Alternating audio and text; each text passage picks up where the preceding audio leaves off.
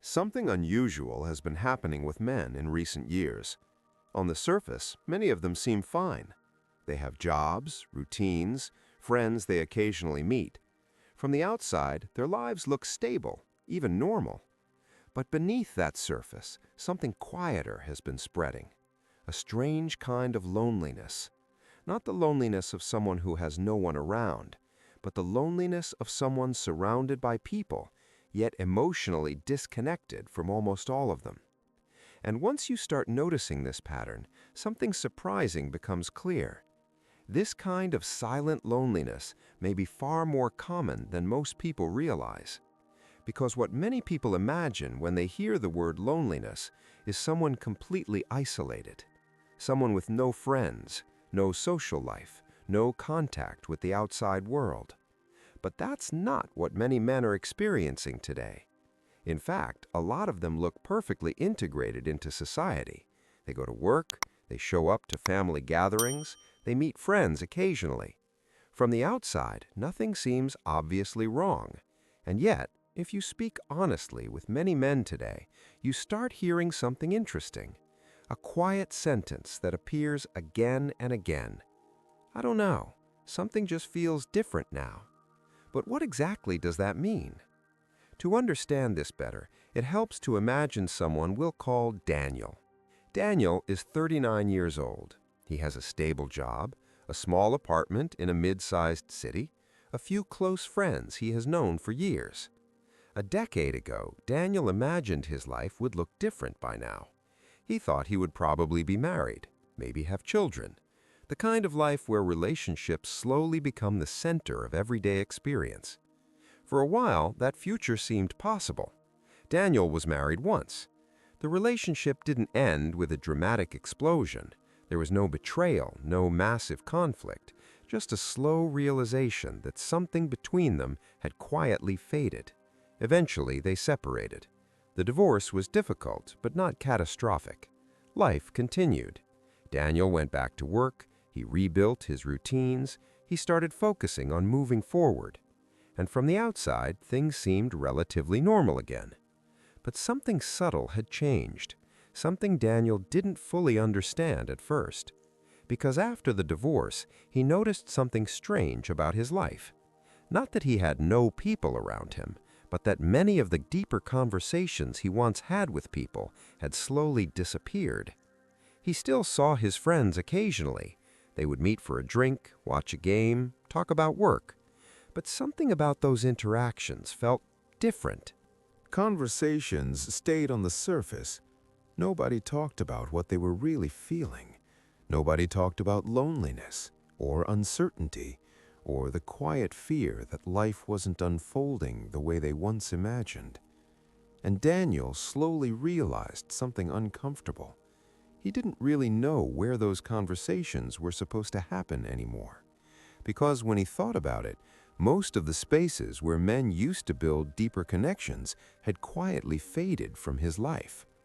But Daniel's experience isn't unusual. In fact, once you start paying attention to stories like his, you begin to notice something even more interesting. The same feeling appears in men from completely different generations. And that's where someone like Alex enters the story. Alex is 28.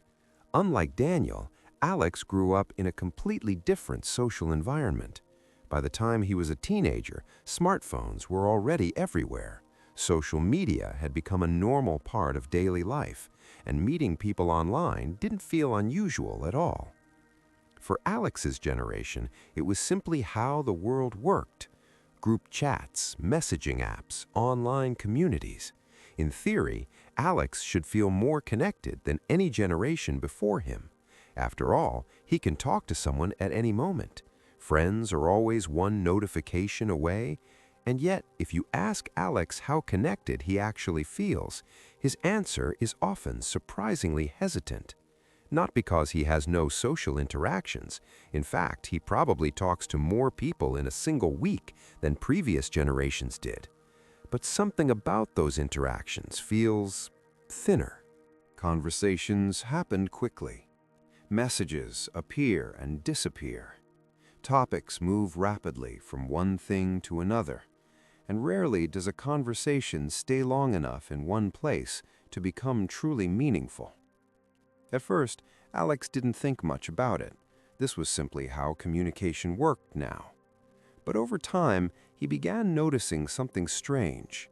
He could spend hours interacting with people online and still end the day feeling strangely disconnected. Not rejected, not ignored, just unseen. And once Alex started noticing that feeling, something else became clearer.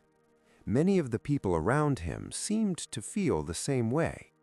Friends who constantly messaged each other, yet rarely spoke about what was actually happening in their lives.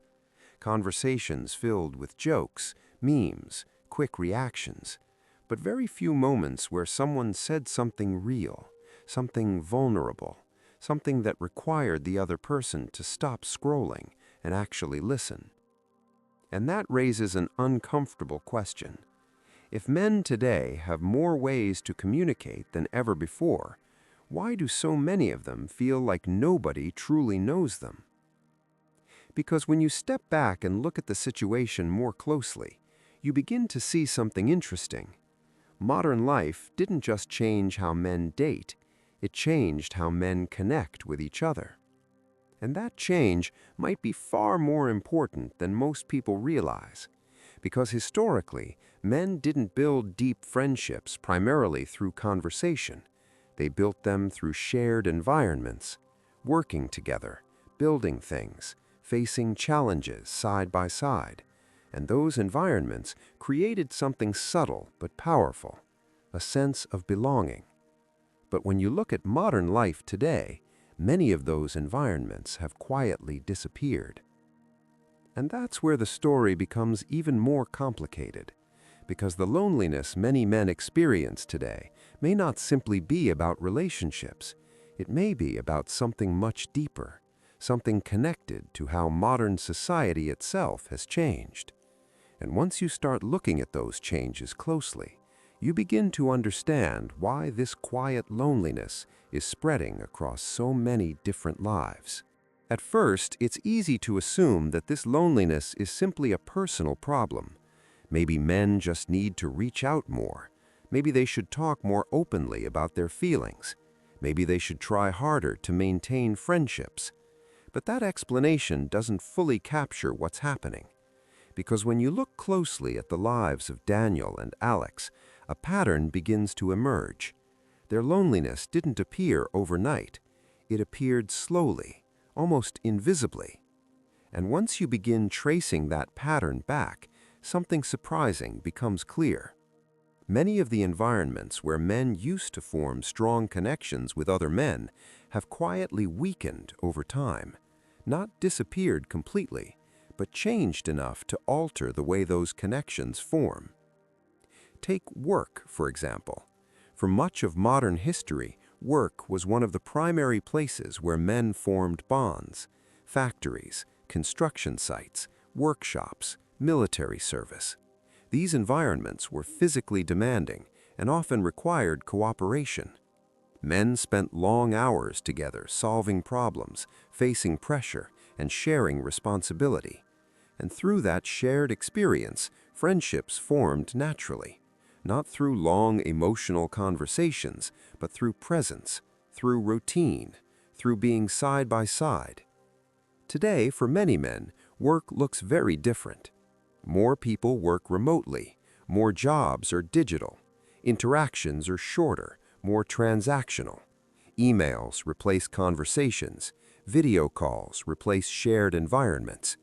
And while these changes brought many advantages, they also removed something subtle, the slow, natural process through which men once built trust with each other.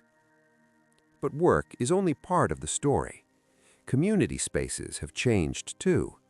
In previous generations, men often belonged to structured social environments, local clubs, community organizations, sports leagues, neighborhood gatherings.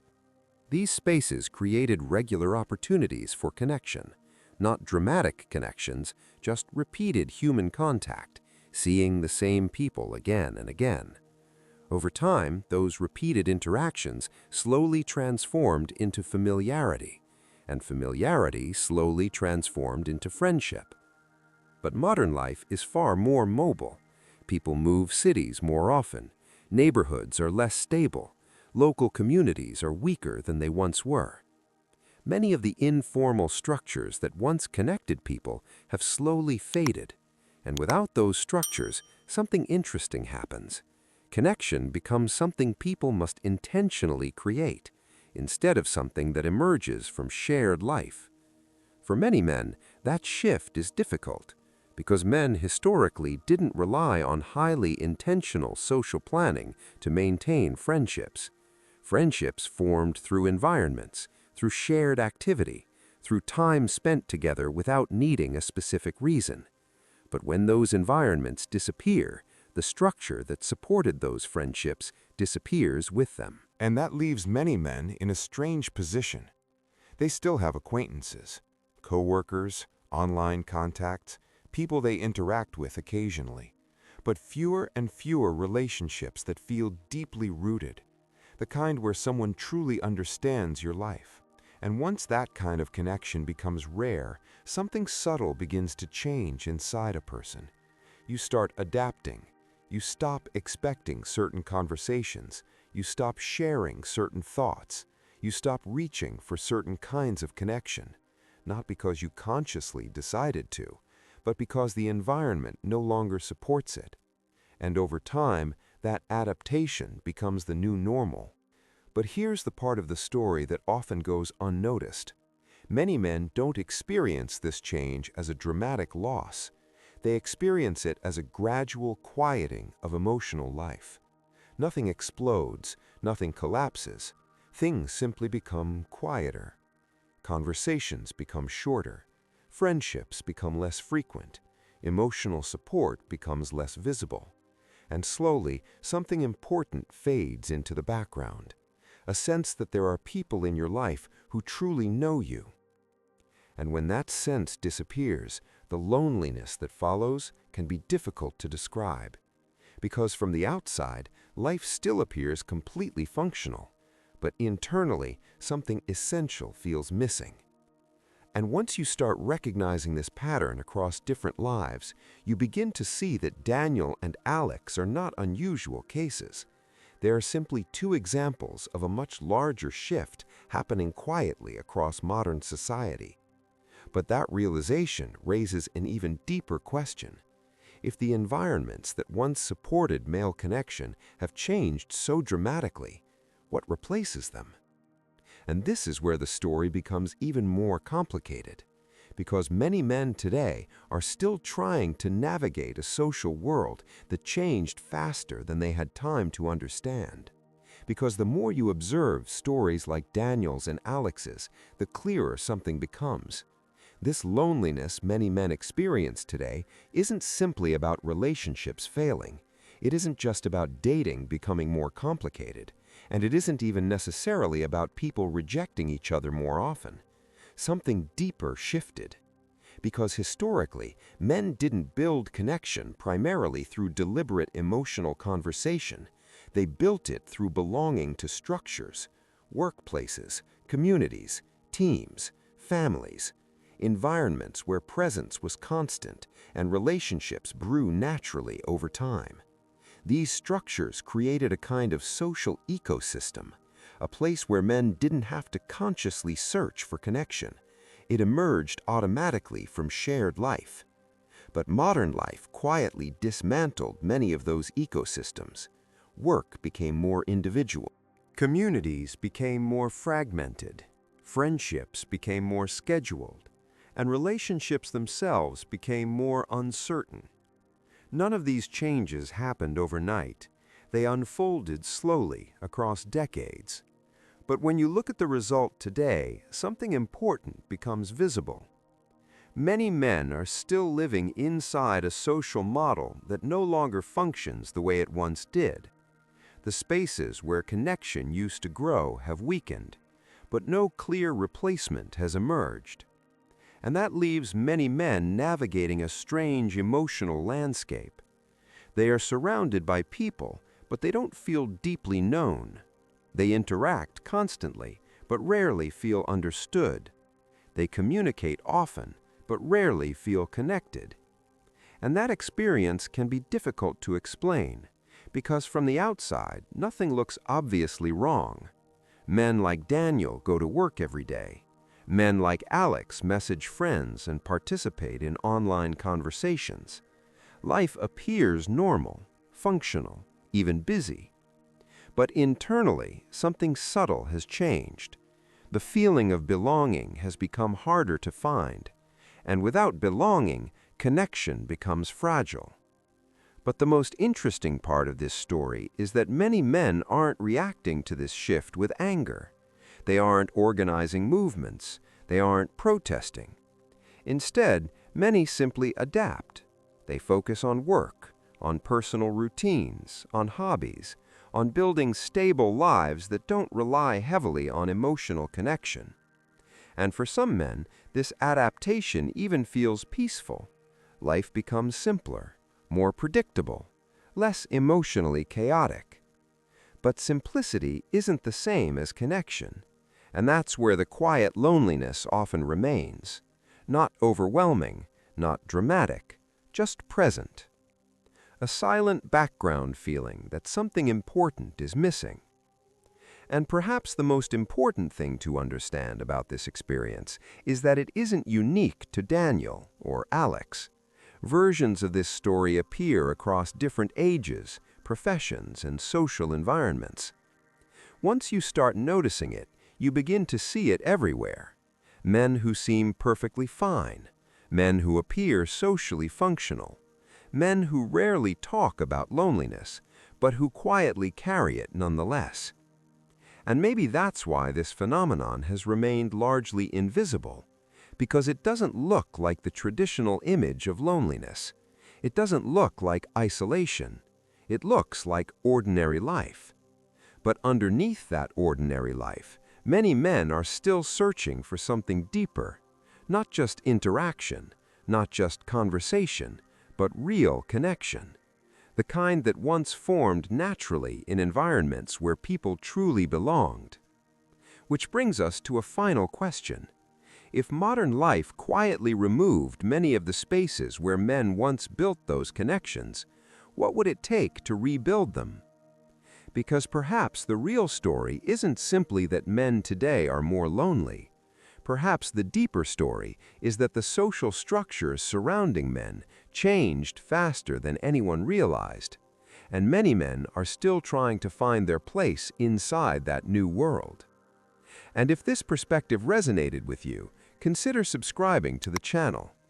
Here, we explore the realities many people quietly experience but rarely talk about, especially the ones shaping modern relationships and the emotional lives of men.